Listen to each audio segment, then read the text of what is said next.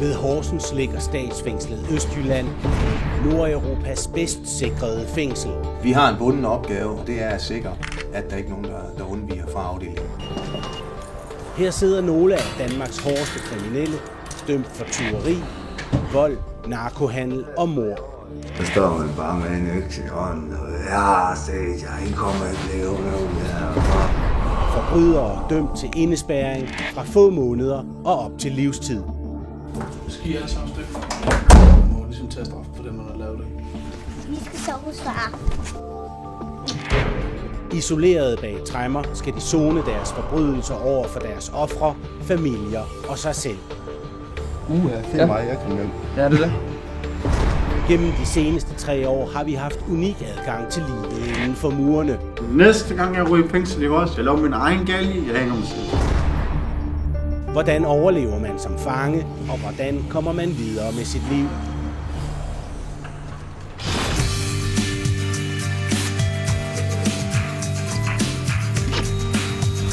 Det er bestemt ikke Guds bedste børn, der sidder her. Der er kun det der grønne muk. Hvorfor kan der ikke være en blomst? Det var en biblioteksbog, hvor I der med bitte. Er du ved at være frisk til, at du kommer ud? Jeg har for livstid.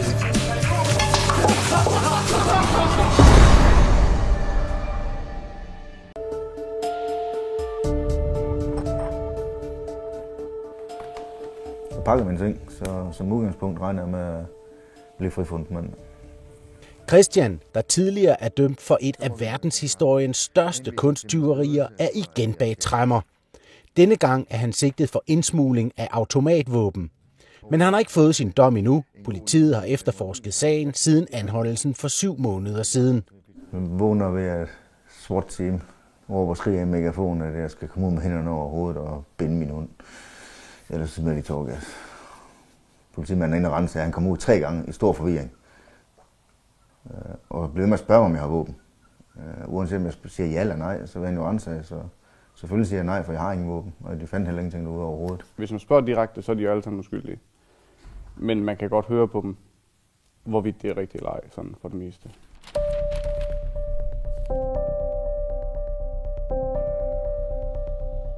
For 10 år siden blev Christian idømt 2 års fængsel for tyveriet af det uvurderlige Rembrandt-maleri Dameportræt. I dag hænger maleriet igen på sin plads, men i et stykke tid var der en tom plads på væggen. Jeg gik ind og hentede det. Og gik ud og satte det i en bil og kørte med mig. Det lyder meget simpelt. Det var det også. Utroligt simpelt. 2 stålvejer og en skævebidder. Og nogle gode ben, det var der skulle til. Det opsigtsvækkende kunsttyveri bliver senere filmatiseret, og Nikolaj Coster-Waldau spiller rollen som kunsttyven Christian. Kenneth? Du tror, jeg kommer og sige, man tidlig fra mig. Okay. Har du fortrudt det? Det gør jeg 5 minutter efter jeg talte. Der forsøgte jeg på at levere det tilbage. Det troede retten heller ikke på.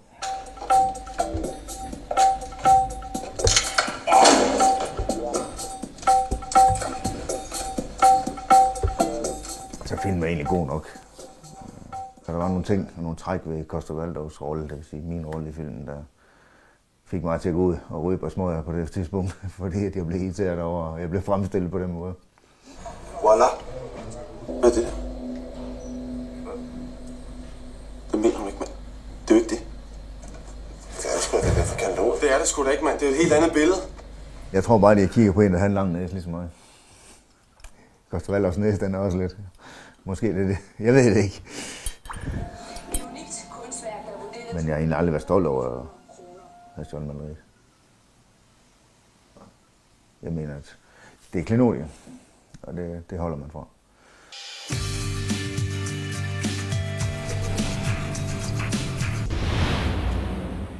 Jeg kan ikke elske en hund for mig, det synes jeg ikke. Hvor jeg ser ham. Jeg er en møghund.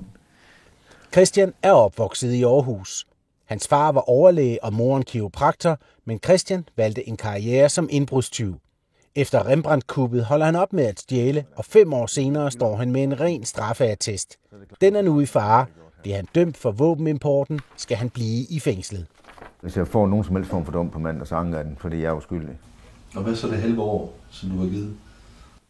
Jamen, det synes jeg selvfølgelig noget erstatning på, men det er jo håndører i forhold til, hvad det har kostet. Altså, kan jo ikke betale sig fra at skulle undvære sin kæreste eller undvære sin hund. De 3 billeder der, det betyder alt for mig. Jeg fik en indsats til at lave et portræt af ham.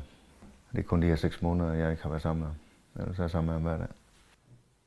Hvad er det værste ved at sidde i arresten og vente på sådan en ting som det her? Det er afmagt. Det er afmagt. Du har ikke styring, du har ikke fingeren på noget som helst.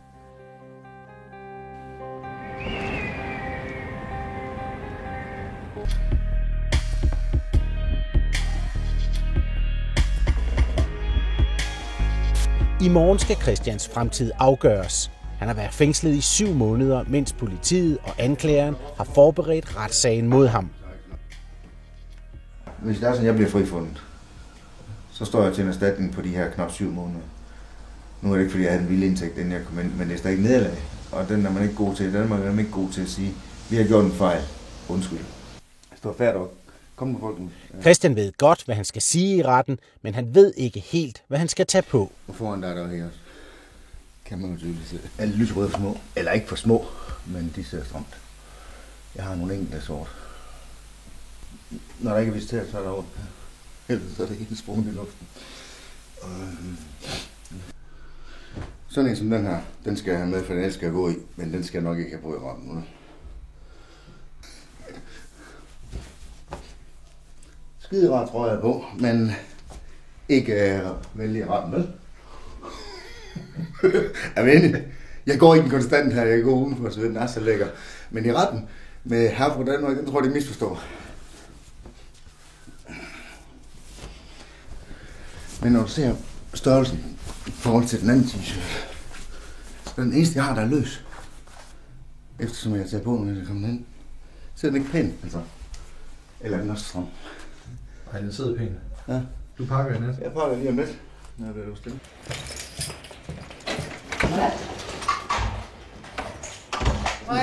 Jo, tak skal du have. Godnat. Det skal du godt. Tak lige. I morgen afgør 3 dommere Christians fremtid.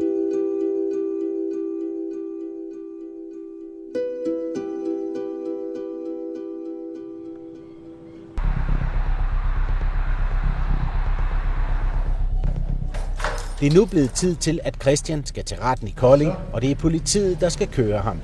Der er 3 betjente med i bilen, og de giver ham transportbælte på inden turen. Skal jeg lige snakke på dig her? Det er virkelig nødvendigt. Ja.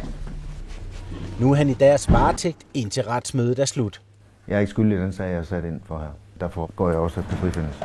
Således. Det sidder fint nok, gør det ikke det? Se mig, jeg er kriminel. Ja, det er det. I hvert fald fik det. De andre gange, jeg har været arresteret og varetægtsfængsel, der har jeg været skyldig. Så der skal man gå og huske på nogle ting, man prøver at komme udenom, og nogle løgne. Her skal jeg egentlig kun væbne mig med ro, så man ikke springer en sikkerhed ind i retten.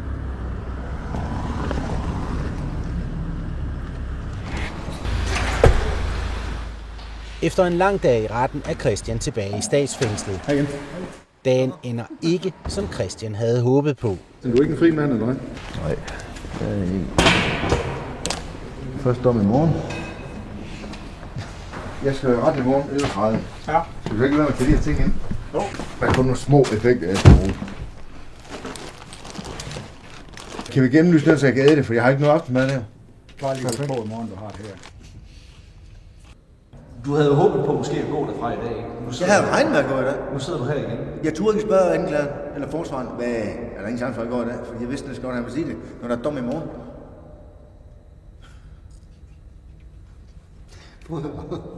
Det er ikke noget med grine, mand.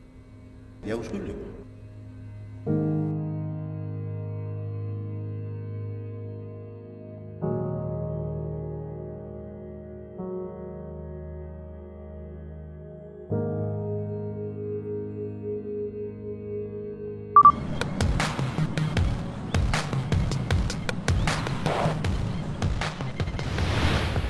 Man håber på det bedste. Jeg tror desværre på det værste i det danske retssamfund, som det er der. Næste dag er Christian tilbage i retten for at modtage sin dom i sagen om de ulovlige automatvåben. Retsmødet trækker ud, men efter 5 timer på bænken træder Christian ud af døren som en fri mand. Det var godt. Ja, det var rigtig godt, og det er også godt for dig. Ja, jeg havde regnet med, at de var bange for at kende en fejl, så de har nøjes med de der 6 måneder og 20 dage, jeg har siddet inde, og så bare sagt, det er det. Anklagerne havde forlangt en straf på 3 års fængsel, og det blev så en frifindelse af en enig domsmandsret, og det er jeg meget enig i, og har egentlig været igennem hele forløbet. Og det har jeg også. Kan jeg risikere at komme ind og se igen? Altså, jeg kan godt risikere at komme i landsretten, men jeg kan ikke risikere at komme tilbage. Jeg er sulten af helvede. På parkeringspladsen foran retten venter Christians kæreste Fie med en bil, som hans venner har købt til ham. Det er glad, der siger, at høre. Du har den uden strøm på. Nej. Og der sidder selv en eller anden popskive ud.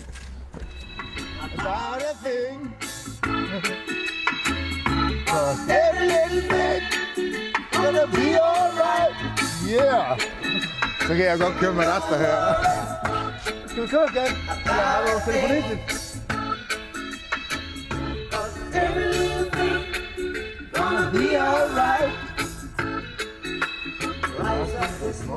Har du talt alle røvhuller i Nordjylland? Jeg er uskyldig.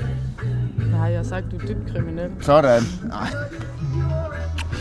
Christian har fået sin frihed, og så har han fået udleveret en taske med ting, som politiet konfiskerede under retssagen af Christians hjem. Men det her der, jamen det er de ting, som politiet tog med. Det er telefoner, det er harddisk, det er computer. Når man nu tænker på det her, der er sket for mig, jeg ikke har begået den her kriminalitet, som jeg er sigtet for. Og jeg skal da være ærlig, jeg har da nøgenbilleder og videoer med mig og min kone og sådan nogle ting, der er privat. Det kunne de have siddet granske igennem, fordi de skal finde en eller anden lille fil, om jeg har haft kontakt med en eller anden, eller hvad det nu kunne være, ikke? Og jeg er uskyldig. Jeg forestiller, at det har været det igennem.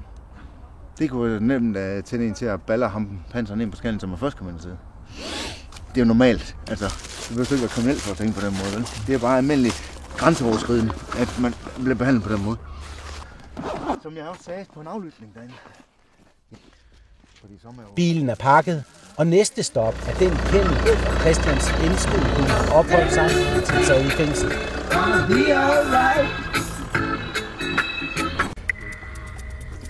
Der er komfur, der er køleskab, der er ingen toilet, der er ingen bad. Det her er et afslag.